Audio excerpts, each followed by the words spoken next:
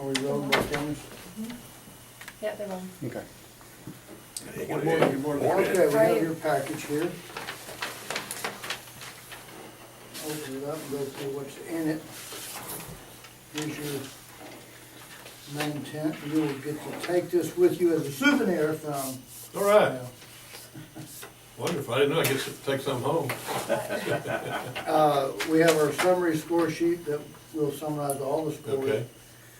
Here are the score sheets that we are going to ask the questions, and, okay, here's this. And we will mark. Okay. Those are empty. Denise is going to read the rules that you were also given. Yes, sir. Via email. And then we'll sign those. Oh, that's right, yeah. I don't have a pen, let them try it, thank you. Okay. Here are the rules. No one is allowed to be in the room except for the vetting panel and the candidate. All electronics shall be turned off except for laptops and video recorders used by the vetting panel. Cell phones or video recorders shall be turned off in the room. No written materials or notes will be taken by the candidate. Ellis County Tea Party vetting panel and candidate agree that all questions and responses at this vetting session are to remain confidential until videos are uploaded and considered public information on the Ellis County Tea Party website at www.elliscountyteaparty.org. Verbal questions will be asked and verbal responses to those questions will be given. Answers will be limited to 2 minutes per question. During the video session, no follow-up questions will be asked, nor will the candidate be given any explanation of the question. Candidates may request for a repeat of a question at the time the question is first asked. The candidate may request a copy of the vetting interview recording for a fee of $5. Recording will not be released until the video is posted on the ECTP website at www.elliscountyteaparty.org and the fee has been received. Very good. Okay, we'll start off with introductions from the panel. If you don't know any, all of them, we're gonna introduce for the camera. But first I'm going to explain, we have a 30-second timer that I'll keep waving until I notice you notice it. Yes, sir. And our stop, which probably won't be needed because in 4 seconds, this is what you'll hear. And that means stop. Gotcha. Okay, my name is Bill Carson, part of the Ellis County Steering Committee, Ellis County Tea Party Steering Committee, and the reason I am doing this is to help restore the Republic for my grandchildren. I'm Randy Clemens, Ellis County Tea Party Steering Committee. I've been at it for about 3 years, and I'm here to try to see if we can regain freedom for this county, this state, and the United States. My name is Linda Bounds. I'm also with the Ellis County Tea Party Leadership Team Steering Committee, and I just want to thank you for coming. Harlan Bounds with Ellis County Tea Party Steering Committee. I've been with this group for a little over 5 years, and thank you for coming. Denise DeLara, I'm on the Ellis County Tea Party Steering Committee, and thank you for coming this morning. Thank you. Of course, I'm Michael DeLara, you know me, and new with the steering committee, and I do appreciate you showing up and taking the time out of your day. Thank you. Absolutely. Now you've got a 3-minute opening statement. Very good. Well, thank y'all so much for having me this morning. I want to thank the Tea Party for taking time to get this information out to the voters so they can make a better informed decision. And my name is Richard Rozier, and I'm running for Ellis County Judge. And I'm running for Ellis County Judge because I believe that, like many of you, that in government from the courthouse to the White House, we've moved away from the basic principles that are important of limited government, low taxes. Government's too involved in our life, it's too big, and spends too much money. And so my goal is to, where I can be a part of that. I haven't felt led to go to Washington or Austin, but I feel like I can help at the courthouse here in Ellis County because I think I have some skills and background that will be useful in that. Let me tell you a little bit about myself. My wife Karen and I have been married. We're in our 36th year of marriage, and very proud of that relationship that Karen and I have had for many years. And we have one son, Daniel, who him and his wife Kelly. Daniel's a firefighter in Irving, makes his home in Waxahachie. And Kelly is a nutritionist and a sports nutritionist. And we're very blessed to have three beautiful grandchildren that are the light of our life, and we enjoy spending time with them. I'm a local businessman in Waxahachie. I have my office downtown, and we bought an old historic building and remodeled it, and I'm in the consulting business, and my office is right there by the courthouse. And I have 2 or 3 other kind of businesses. I've been self-employed almost all of my life, except for a few times where I was working for a company or something, but I know what it is to make a payroll. I know what it is to manage a business. I understand what it is to, to have people depend upon you. And I think that's an important ability that we need in government today. We need somebody that's been out there living under the laws that people pass for other folks to live under. My grandfather used to say, we need people to go to Washington and do what they do and then come home and make a crop. And we've gotten away from that. We've got professional politicians who don't, know what it is to really live under the laws they pass. Well, I've been living under them like y'all for the last, in business for 30 years, and I think I've got some ideas about how to improve upon that. I'm running basically on 4 basic principles, a lot of things, but really 4 things. I don't believe in high taxes. I don't believe in tax increases. I think we're a growth county. We ought to be able to manage our budget and do it in a smart way without having to raise taxes. Number 1. Number 2, I believe in transparency. I think we need to be more open. There's plenty of tools electronically and otherwise to make that happen. We can be more transparent with what goes on in county government on a day-to-day basis. Number 3, I believe that we're way behind in transportation in this county, and I mean roads when I say that. I'm not talking about public transportation, things like that. Our road systems very much need improvement, and so I want to work on that. And then lastly, the whole issue of just working together with the people in the county.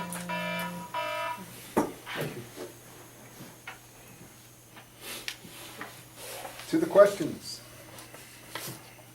for the county judge.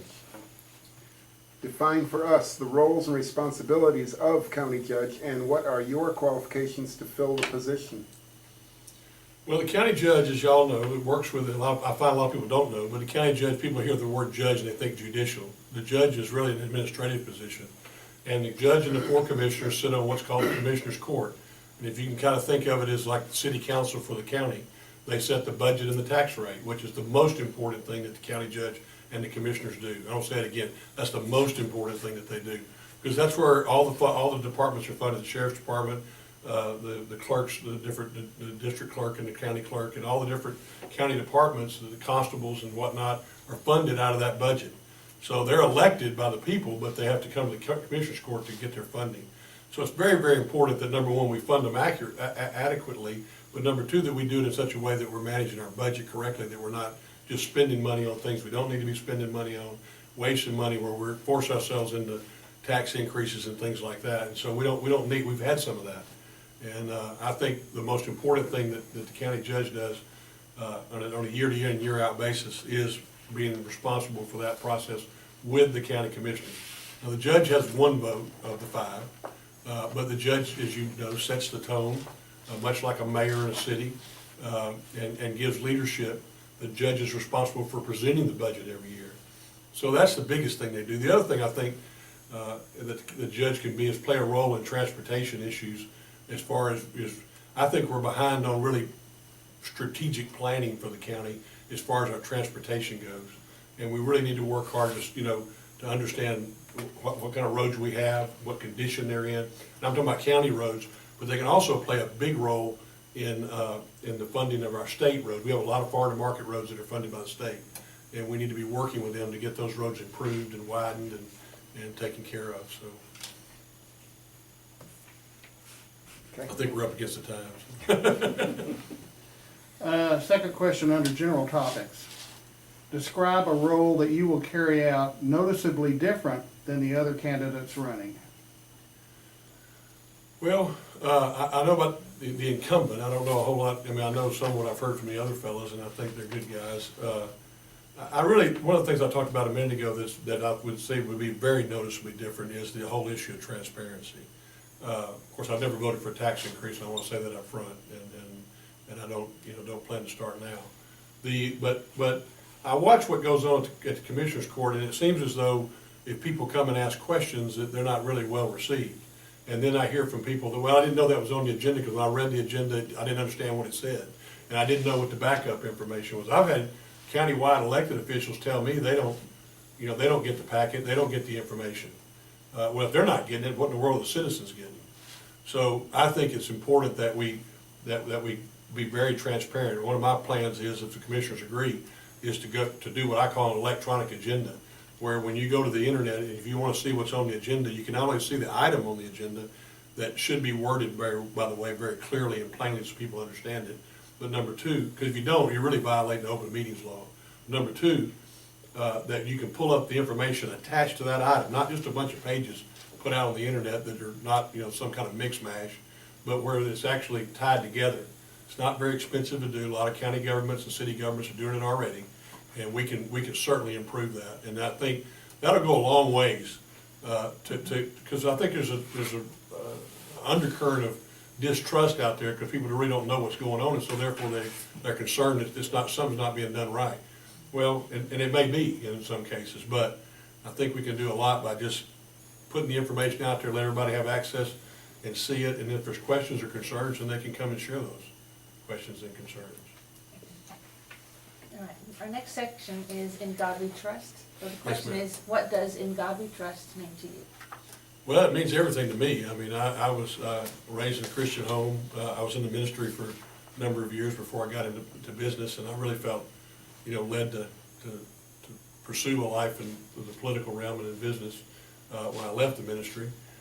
So in our family, my mother and father and my family going way back are strong believers, and I think the basis of all that we have in life is a trust in God, is a faith in God. And as a nation, I believe that. I believe that we were founded on Judeo-Christian principles and ideals, that our Constitution, and particularly our Declaration of Independence, affirms that. I believe very strongly when the Declaration says that God has endowed us with certain inalienable rights, that it's exactly what it means.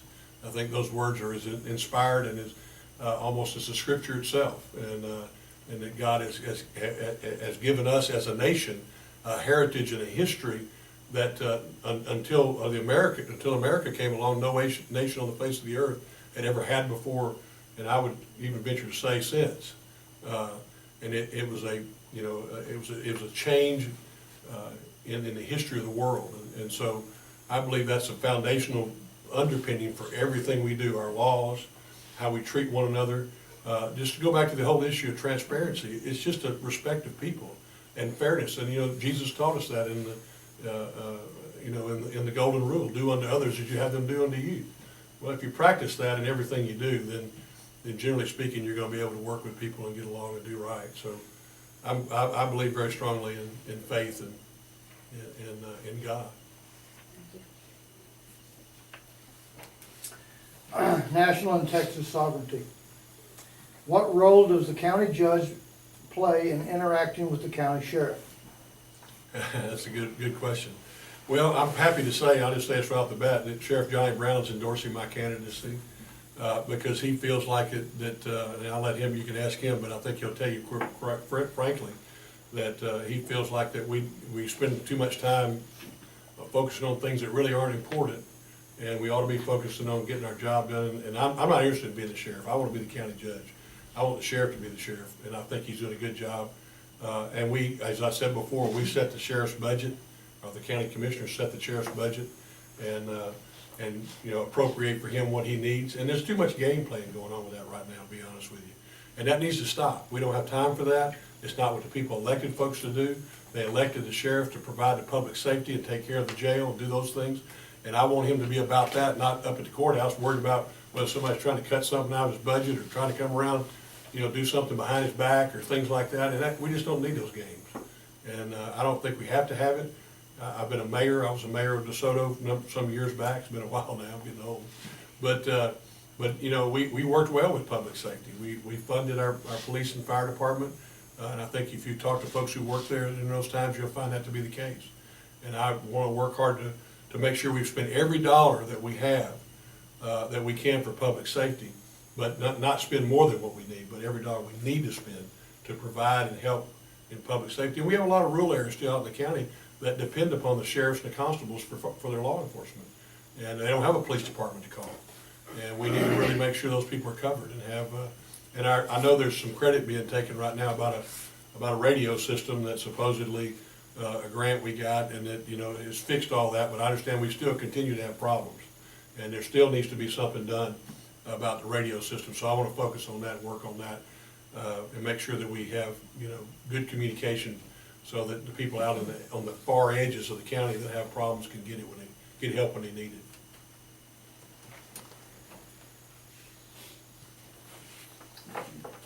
Number 5, fiscal responsibility.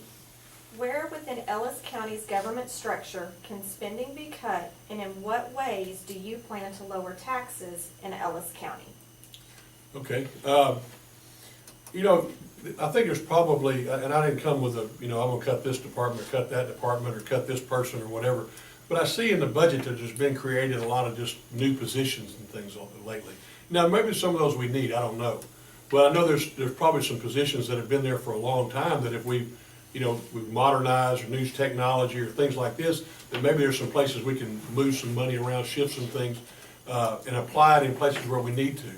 I don't know, I look at some of the departmental growth, particularly some areas in the judge's office where it looks like to me there might be some areas that can be cut.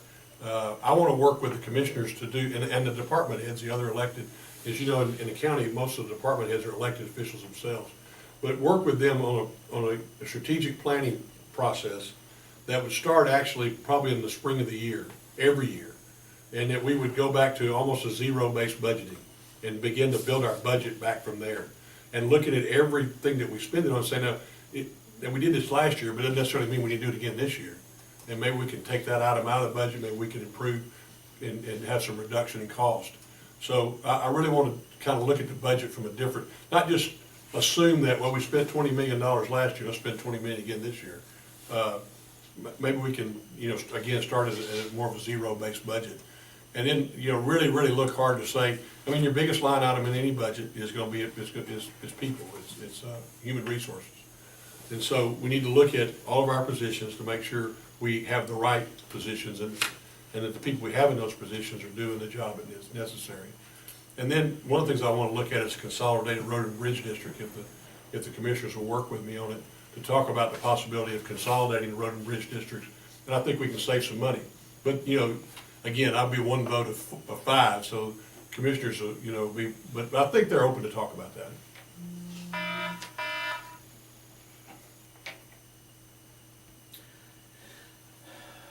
Number 6.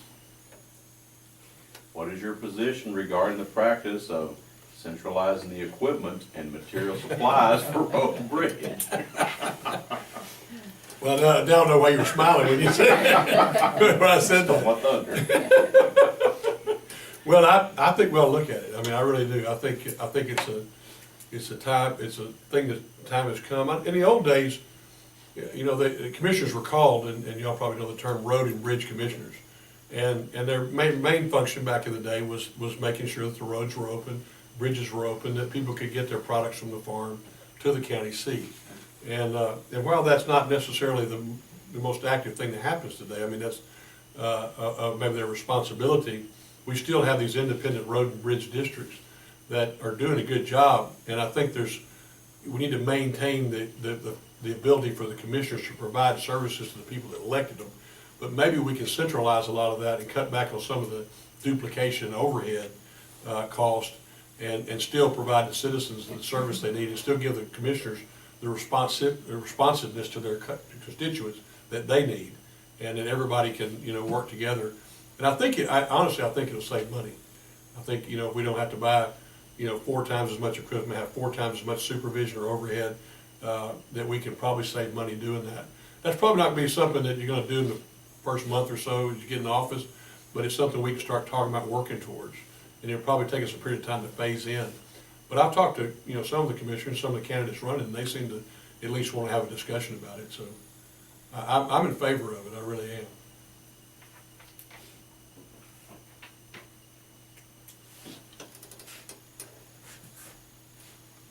Back to me. Number 7 in fiscal responsibility is, what can be done to improve the budget process making it easier for the public to have input in that process. And I kind of alluded to that earlier, but I really feel strongly, I think we ought to start them in the spring, you know, somewhere in maybe March or April, begin to have a budget process that every year we go through this process where we start building the budget. So let's just say we decided we were gonna start with the clerk's office. So we have public hearings, and we have meetings that are open to the public and come in here. And so we start talking about that budget, and building that budget. And then we go to the different departments and we do that, you know, all the way through, so that when we get down to, we're not down in September going, oh, we gotta have a meeting in a hurry to get the budget passed. Or we're not, you know, calling meetings that people don't attend. I know this year, you know, we had some public hearings, not even all of our elected officials were there. So, and that's required by law that you have 2 public hearings, but we can certainly do better. I think we can, as we work through that process, and we build the budget together and a more open process. And again, remember back to what I was talking about transparency. We're putting that information out on the internet, people are seeing it, and as we're building those documents are out there, people can have input on those things. It's just a mentality of doing things more in open, which our law really requires and that we do. But I think if we do that, if we go through a more comprehensive budget building process, we'll get a better result. Question 8 is under personal responsibility. Relevant to the position you are seeking, what is your first and foremost responsibility to the people of Ellis County? Well, I think the first and foremost responsibility is to be honest and forthright, and never try to hide the ball. Never try to, you know, be any way doing anything that would be perceived to be backroom dealing or you know, anybody. We all have to do business with people and have the conversations that are not necessarily always in the open in the public. But, you know, I think the spirit of the law is there a desire to be transparent? Is there a desire? And when you try to not be that way, then you've actually violated the spirit of the open meetings, open records requirements in our state. So I think that's really, because that's where you build trust with people. If you think I'm trying to hide something from you, then you're not going to trust me as an elected official. But if you feel like I'm open and I'm honest and I'm telling you, you know, elected officials have to vote their conscience, and I believe that. I really applaud anybody that votes what they think is right. But at the same time, you know, I've got to do that with accountability. And you know, we have a representative government, and representatives we represent them to hopefully represent our viewpoints and opinions, but at the end of the day, they're responsible for making that vote. And they're responsible for defending or explaining why they made that vote. But when we do that in a vacuum, then we end up with some of the things that we've had where people feel like they were disenfranchised because their opinions either weren't heard or things were done secretively, so to speak. And I think that's very important that we be forthright, that we tell the truth, that we put all the information out there that we can on a day-to-day basis. Our next section is rule of law. How important is it that elected officials have a working knowledge of the Constitution? And do you have that knowledge? Yeah, I don't consider myself to be a constitutional scholar by any stretch of the imagination. I certainly feel like I have a working knowledge of the Constitution and a very strong appreciation of the principles of the Constitution, which I think is mainly, in my humble opinion, is a very limited government. I mean, in my mind, we've got government thinking it needs to control and tell the people what to do, when the Constitution, I believe, was written from a perspective of government stay out of people's lives and let them do what they feel led to do as they follow their Creator. And so I believe very strongly in individual self-government. So basically, I think government has gotten too involved in people's lives, needs to be less involved in people's lives. And I think that's the underpinning, and I think it's very important to have that philosophy. I mean, I don't need to, when it comes time to make a vote on something, I don't have to stick my finger in the wind and see what the political winds are, because I know what my principles are, I know what I believe, and I'm going to vote from conviction. I'm not a conservative by convenience, I'm a conservative by conviction. I believe these things to be true. I believe in my heart that they're true. And so I'm not just looking to say, oh, let's just, what do people want today? Is it popular to be against, you know, abortion? I won't be against abortion. Is it popular to be for it? I don't need to do that. I know in my heart I believe in life and I believe in liberty. And so those are the principles that will guide me. And I think those are constitutional. I think they're the fabric of our nation. And so I think as an elected official, when you have that as a basis, then you're not going to stray. You're not going to be wishy-washy. You're not going to be making votes that people are like, what in the world are they thinking? Because they know your principles, they know your beliefs, they know what you're standing for. Okay, with that, how many articles and how many amendments to the U.S. Constitution? How many articles and how many? Well, I know there's, let's see, you know, to be honest with you, I probably couldn't answer that question exactly. I know there's 20-something amendments, and I don't know, Harlan, I can't answer that. Okay. I mean, I've read it, but I can't tell you the exact number. Number 11, limited government. What is your position regarding the North Central Texas COG? Well, I am, it's gonna be sounding kind of funny. I was a member of the executive board of the North Texas COG when I was a mayor. And I was on lots of regional transportation things and that kind of deal. But I'm not a big regional government guy.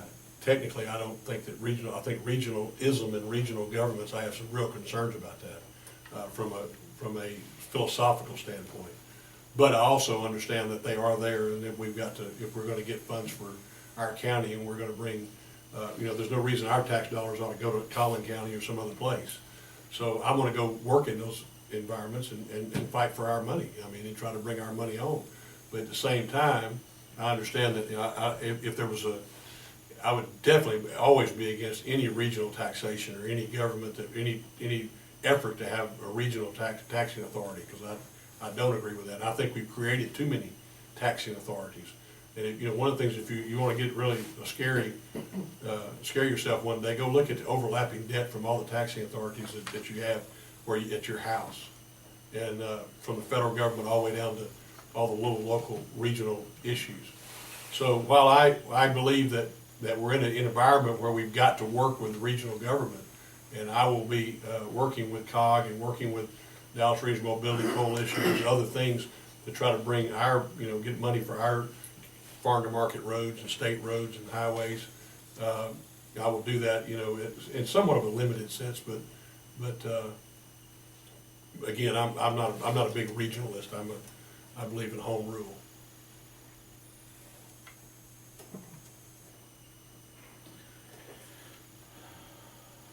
I have the last question for you. Yes, sir. What's your position on public transportation for Ellis County? Well, I'm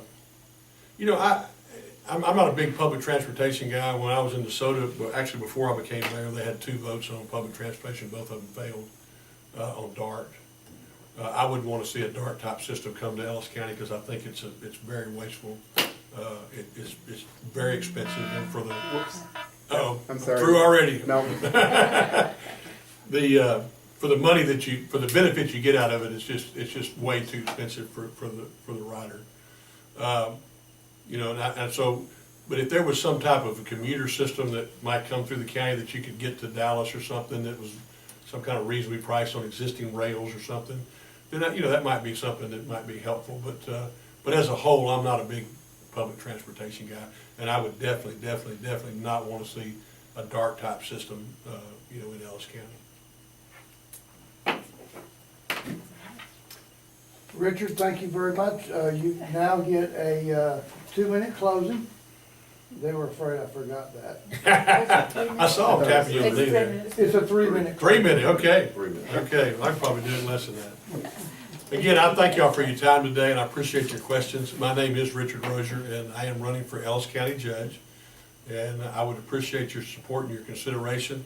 I think we have a wonderful county here. My wife and I relocated to Ellis County because we wanted to, because we liked the county and we enjoyed being, we live just outside of Waxahachie, in between Midlothian and Waxahachie, and we enjoy the communities and the people there. I've been very pleased to have my business here and businesses, I should say. And we've been successful, and we just enjoy the community.